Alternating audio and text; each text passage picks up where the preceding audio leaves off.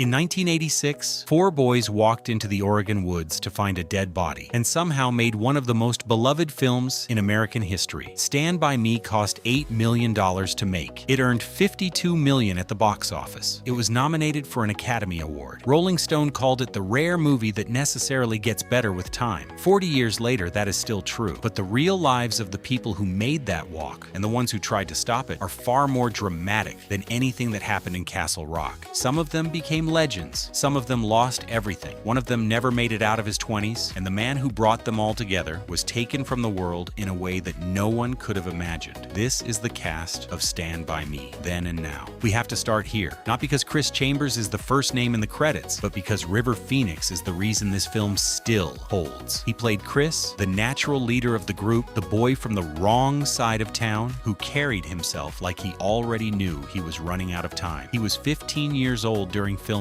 He had never been formally trained. He didn't need to be. Wil Wheaton later said, River was cool and smart and passionate, and even at that age kind of like a father figure to some of us. Before Stand By Me, he had already appeared in The Mosquito Coast alongside Harrison Ford. After it, Running on Empty earned him an Academy Award nomination at just 17. Indiana Jones and The Last Crusade, My Own Private Idaho, Sneakers. By the early 90s, he was widely considered one of the most gifted actors of his generation. Leonardo DiCaprio, Heath Ledger, and Timothée Chalamet have all been compared to River Phoenix in the years since. He was gone before any of them had made their first film. On October 30th, 1993, River Phoenix collapsed outside the Viper Room in West Hollywood. His brother Joaquin called 911. His sister Rain attempted mouth-to-mouth. He was pronounced dead at 1:51 in the morning on Halloween. He was 23 years old. The cause was acute multiple drug intoxication. Harrison Ford said afterward, "He once played my son, and I came to love him like a son." In September of 2020, Joaquin Phoenix named his firstborn son River. Chris Chambers told Gordie he was going somewhere. He just didn't say it would be so soon. Gordie LaChance was the quiet one, the writer, the boy whose father barely looked at him, who carried grief so heavy it bent him sideways. Wil Wheaton was 13 years old during filming. Rob Reiner said he cast him because he was awkward and nerdy and shy and uncomfortable in his own skin. He wasn't performing Gordie, he was Gordie. What Wheaton has said about his own childhood makes that casting painful in hindsight. He never wanted to be an actor. His parents pushed him into auditions from the age of 7. He begged his mother to stop. She didn't hear him. After Stand By Me, Wheaton became Wesley Crusher on Star Trek, The Next Generation, for 85 episodes. He left to pursue films, a decision he has since described as one made to seek validation from parents who were incapable of giving it. By his 20s, he was struggling. Depression, generalized anxiety disorder, complex PTSD. He got sober in 2016. In 2022, he published a memoir called Still Just a Geek, telling the full truth about his childhood for the first time. He built something real eventually: voice work, writing, a podcast, a recurring role on The Big Bang Theory. He narrated Ready Player One and The Martian. He has spent years as a vocal advocate for NAMI, the National Alliance on Mental Illness. Today, he is 53 years old, and in March of 2026, he stood on the stage of the Academy Awards to honor Rob Reiner, the man who gave him the role that started everything. Gordie LaChance became a writer who told the truth. Wil Wheaton became a man who did the same thing. Teddy Duchamp was the wildest one, the boy with the burned ear and the father who had done it, who worshipped that same father despite everything. Corey Feldman was 13 years old during filming. He has said he didn't need to act in those scenes about a damaged father. He lived them every day. By 1986, Feldman was already a veteran. Gremlins, The Goonies, The Lost Boys alongside Kiefer Sutherland, Licensed to Drive and Dream a Little Dream with Corey Haim. For several years, the two Coreys were one of the most recognized pairings in Hollywood. But behind the success was a childhood Feldman has described at considerable personal cost. He has spoken for decades about the sexual abuse he says he suffered as a child actor at the hands of men connected to the entertainment industry. In 2020, he released a documentary called My Truth: The Rape of Two Coreys. His co-star Corey Haim died in 2010 at the age of 38. Feldman believes the abuse they both suffered contributed directly to Haim's death. He is 54 years old in 2026, and the Stand By Me live tour, reuniting him with Wheaton and O'Connell for screenings and conversations, ran through late 2025 and resumed in March 2026. When Rob Reiner died, Feldman was lighting Hanukkah candles and watching the news get darker on his phone. He was not invited to the Oscar tribute. interviewed. He addressed it with more grace than many expected. Teddy Duchamp was the boy who refused to stop fighting, even when the fight was with himself. Corey Feldman never stopped fighting either.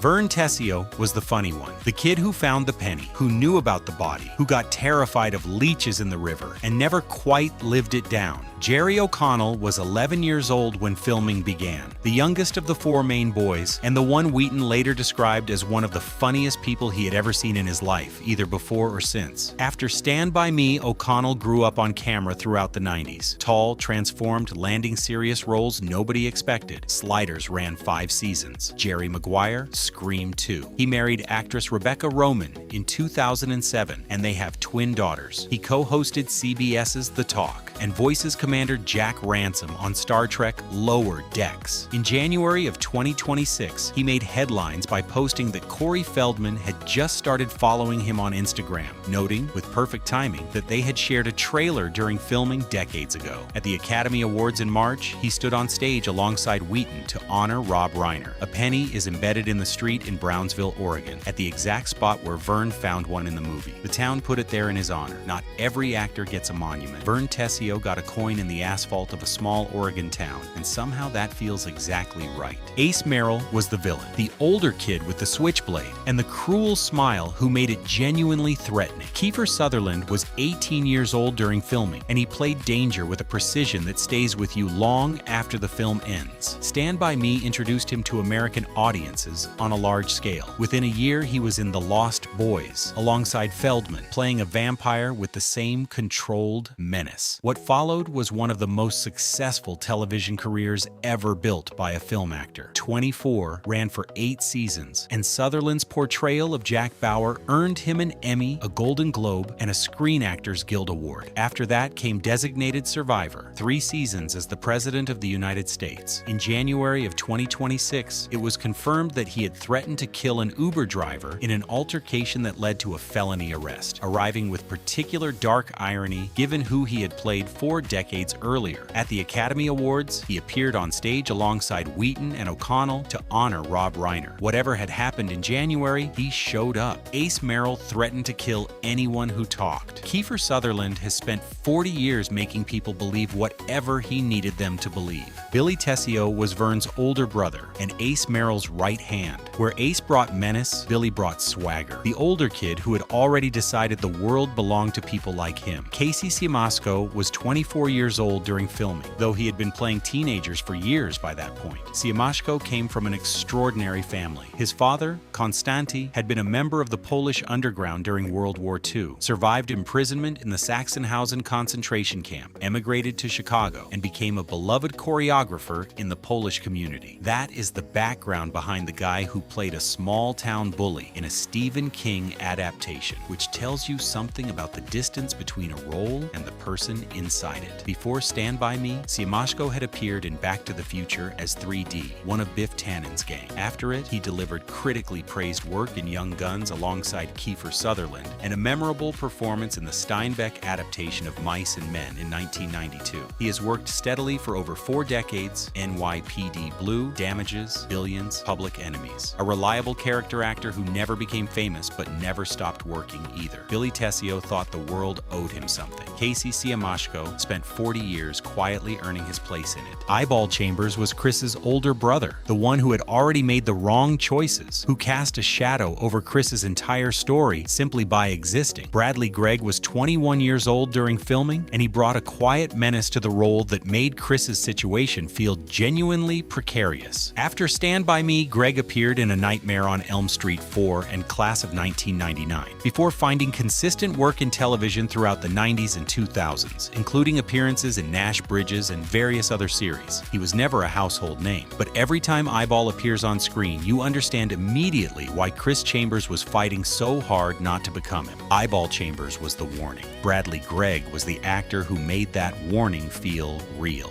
Denny LaChance was dead before the film began. Gordie's older brother, the golden boy whose death left the family shattered, and Gordie invisible. John Cusack was 19 years old when he played it, and the warmth he brought to those brief flashback scenes explains everything about why Gordie's grief cut so deep. What followed was one of the defining careers of late 80s and 90s American cinema. Say Anything, Gross Point Blank, High Fidelity, Being John Malkovich, Con Air. He became one of Hollywood's most recognizable leading men. His later years brought a run of smaller films and a social media presence that generated controversy. At the Academy Awards in March of 2026, he appeared on stage with the rest of the Castle Rock family to honor Rob Reiner. Denny LaChance died too young in a story about someone else's grief. John Cusack has spent 40 years making sure his own story remained entirely his. Mr. LaChance barely spoke. He moved through the frame like a man made of absence. Gordie's father, grief hollowed and cold. The parent who had already buried his favorite son and couldn't quite see the one still standing in front of him. Marshall Bell was 38 years old during filming, and he conveyed an entire ruined family in a handful of scenes without a single dramatic speech. Bell had already appeared in A Nightmare on Elm Street 2 before Stand By Me, and went on to twins with Arnold Schwarzenegger and Danny DeVito, Total Recall, and Wildcats. He has worked steadily as a character actor across 5 decades. Never the lead, but always precisely what the film needed him to be. The cold father in Stand By Me is one of his most quietly devastating performances. Mr. LaChance couldn't see the son who was still alive. Marshall Bell spent his career making sure audiences never forgot the ones who were overlooked. Mrs. LaChance was grief made domestic, the mother moving through rooms that had become smaller since Denny died, unable to quite reach the living child who still needed her. Frances Lee McCain played her with a stillness that communicated an entire household's loss in just a few minutes of screen time. What makes McCain's presence in Stand By Me particularly interesting is what surrounds it in her filmography. She played the mother in Gremlins the same year, and she played the mother of Kevin Bacon's character in Footloose 2 years before. She has been Hollywood's working mother across 3 different decades and 3 very different films, each one anchoring a story that couldn't quite function without someone that believable in that role. She has worked steadily in television throughout her career, appearing in shows ranging from St. Elsewhere to Grey's Anatomy. She never became a star. She became something more reliable than that. Mrs. LaChance was a woman learning to live in a house that felt half empty. Frances Lee McCain spent her career making sure those rooms felt real. He is the voice you hear before you see anything, the writer who sits down at his typewriter and begins to tell the story of that summer. Richard Dreyfuss was 38 years old when he recorded the narration, already a legend, Jaws, Close Encounters of the Third Kind, The Goodbye Girl, for which he won the Academy Award for Best Actor in 1978, becoming the youngest winner in that category at the time. Mr. Holland's opus earned him another nomination in 1996. He has spoken openly about a struggle with substance abuse in the 80s and the long process of getting sober. Today, he is 78 years old. His voice is inseparable from this film, heard at the beginning and the end, framing everything. The writer looked back at that summer and said it was the last time he had ever seen a dead human being. Richard Dreyfuss looked back at 50 years of work and kept going. Stand By Me would not exist without Rob Reiner, and in December of 2025, Rob Reiner was gone. He was 37 years old when he directed Stand By Me, coming off This Is Spinal Tap. It showed the world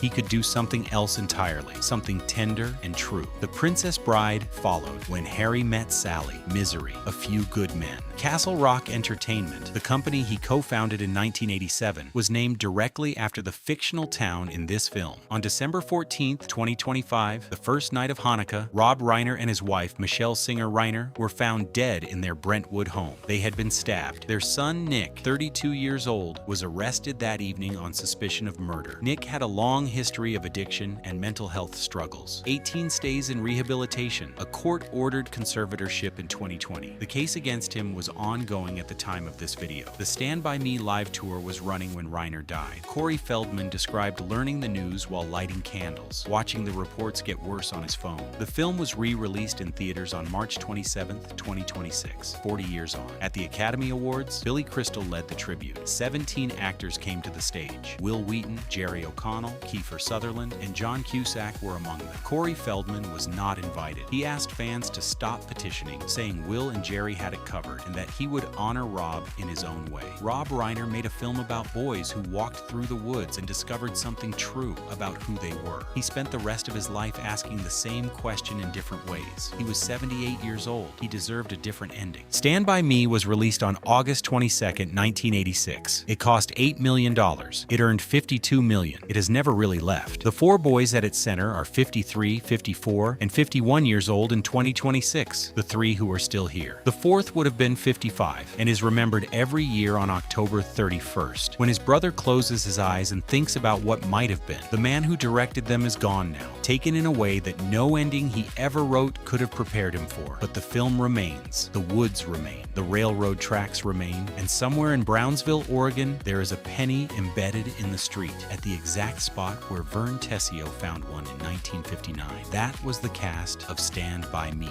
then and now.